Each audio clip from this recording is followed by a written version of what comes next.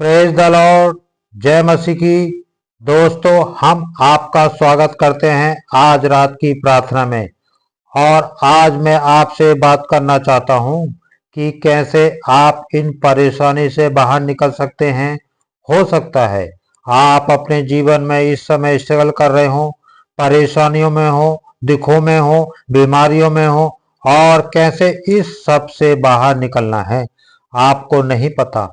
आप प्रार्थना कर रहे हैं, विश्वास कर रहे हैं, लेकिन कुछ नजर नहीं आ रहा।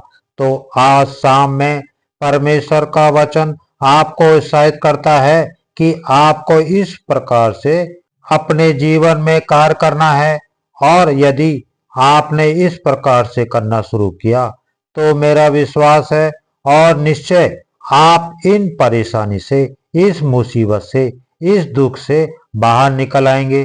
हम लोग परमेश्वर के वचन में पढ़ेंगे नीति वचन की किताब, उसका 16 अध्याय और 23 पद। बुद्धिमान का मन उसके मुंह पर भी बुद्धिमानी प्रकट करता है और उसके वचन में विद्या रहती है। आमीन।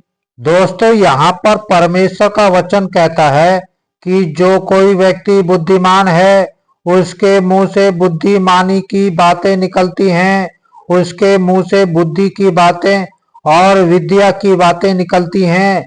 लेकिन आज यदि आप अपने आप को देखें तो आप बुद्धिमान तो हैं, लेकिन आपके मुंह से केवल वो बातें निकलती हैं जिसके द्वारा आप स्ट्रगल कर रहे हैं। मीन्स अपने परेशानी के बारे में, अपने दुखों के बारे में, अपने परेशानियों के बारे में आप लोगों से बखान करते रहते हैं, उसके बारे में आप डिस्कस करते रहते हैं, उसके बारे में आप बार बार बोलते रहते हैं। क्यों? मेरे ये जीवन में ऐसा हुआ, मैं ऐसा स्ट्रगल कर रहा हूँ, मेरे जीवन में इतनी बड़ी प्रॉब्लम है, मैं इतनी बड़ी गंभीर बीमारी से जूझ रहा हूँ, इस प्रकार की बातें। लेकिन परमेश्वर का वचन आज हमें सिखाता है कि जो बुद्धिमान है उसके मुंह से बुद्धिमानी की बातें निकलती हैं। मीन्स आपको अपनी परेशानी के बारे में बात नहीं करनी है, क्योंकि आप अपने को यदि बुद्धिमान समझते हैं और यदि आप बुद्धिमान हैं तो आपको अपनी परेशानी के बारे में नहीं बात करनी है। तो फिर क्या बात करनी है? जब परेशानी के बारे में नहीं बोलना है तो फिर क्या बोलना है? आपको परमेश्वर के वचन को बोलना है।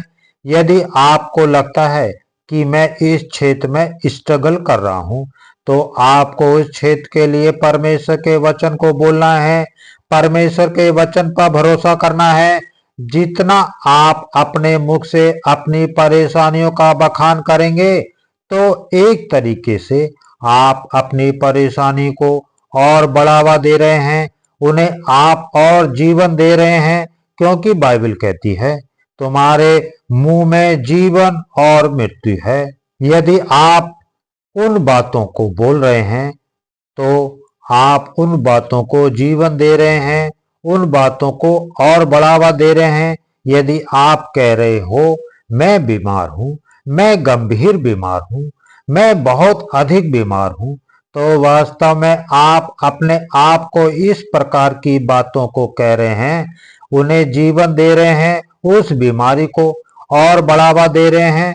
तो बाइबल के अनुसार यदि आप उस बीमारी के बारे में ना बोल के बल्कि ये कहें प्रभु यीशु के कोड़े खाने से मैं ठीक हो गया हूँ, निश्चय उसने मेरे रोगों को उठा लिया है, मेरे दुखों को सह लिया है। यदि आप इन बातों को बोलें या फिर इन बातों पर यदि आप सोचें तो मेरा विश्वास है और बाइबल कहती है कि आपके जीवन में काम होगा। क्योंकि परमेश्वर का वचन प्रभाव रहित नहीं है। परमेश्वर अपने वचन के द्वारा आपके जीवन में कार्य करेगा। जब आप उसके वचन पर मनन करेंगे, जब आप उसके वचन को बोलेंगे तो निश्चय वो वचन आपके जीवन में पूरा होगा। इसलिए आज मैं आपसे कह रहा हूं कि परेशानियों के बारे में ना कहें, बल्कि परमेश्वर के वचन के बारे में कहना शुरू करें। आप परमेश्वर के वचन को प्रोक्लेम करना शुरू करें। आप परमेश्वर के वचन पर मनन करना शुरू करें। जितना समय आप चिंतित रहने में व्यतीत करते हैं, उतना ही समय यदि आप प्रार्थना में वचन पर मनन करने में व्यतीत करें तो आप उस चिंता से बाहर निकल आएंगे।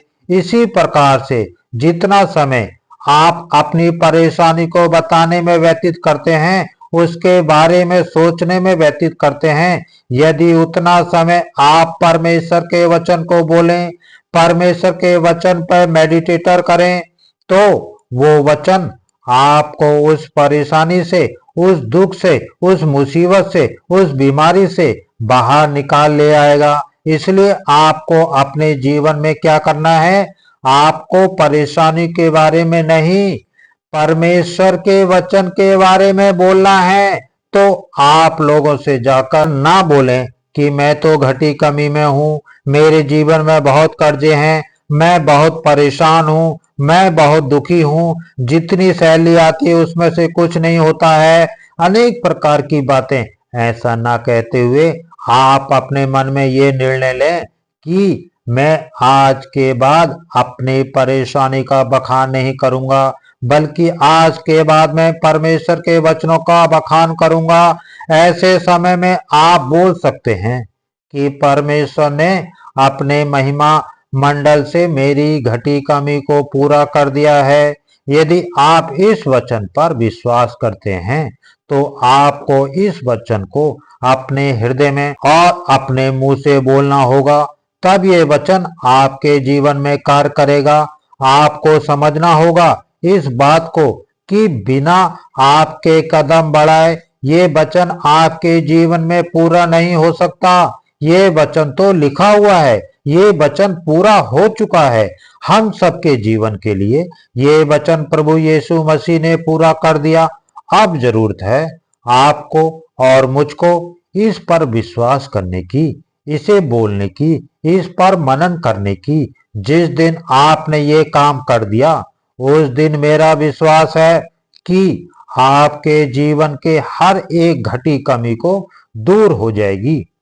इसलिए दोस्तों, बाइबल हमें कहती है, नीति वचन की किताब उसका 13 अध्याय 3 पद में, जो अपने मुख की चौकसी करता है वो अपने प्राण की रक्षा करता है। इसलिए अपने मुख की चौकसी करें, अपने मुख से इन बातों को ना निकालने दें। हम लोग देखते हैं जब मूसा ने 12 भेदियों को भेजा और जब वो लोग वहां से वापस आए तो उनमें से 10 लोगों ने कहा, वहां तो बड़े बड़े लोग हैं, उनके सामने तो हम टिड्डियों के समान भी नहीं हैं, हम उनसे नहीं लड़ पाएंगे। उन्होंने अपनी परेशानियों का बखान किया और कहा कि हमारे बस का नहीं है, हम ये काम नहीं कर सकते, हम उनसे युद्ध नहीं कर सकते, हम लोग हार जाएंगे। लेकिन वहीं उसके साथ में 2 पुरुष और थे। उन्होंने कहा कि परमेश्वर हमारे साथ में है, निश्चय हम आज ही वहां युद्ध करके उस देश को अपने कब्जे में कर लेंगे, अपने अधिकार में कर लेंगे, उस जगह को हम अपने अधिकार में कर लेंगे, क्योंकि परमेश्वर हमारे साथ में है।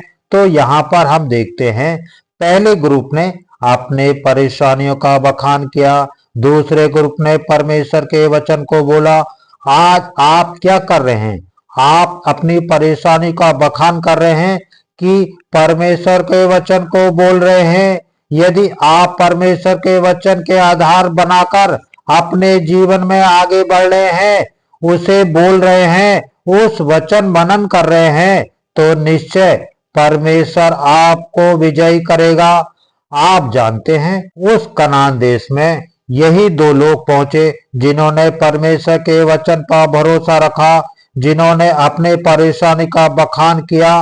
वे लोग नहीं पहुंच पाए। मीन्स यदि आप अपने जीवन में परमेश्वर के आश्चर्य कर्म को देखना चाहते हैं, इन समस्याओं से, इन दुखों से, इन बीमारियों से बाहर निकलना चाहते हैं, तो आज आपको इस बात को समझना होगा कि आपको परमेश्वर के वचन को प्रोक्लेम करना होगा, परमेश्वर के वचन को बोलना है, परमेश्वर के वचन पर मनन करना है और बाकी बातों के लिए अपने मुख को बंद कर लेना है, उसकी चौकसी करनी है, अपने परेशानियों का बखान नहीं करना है।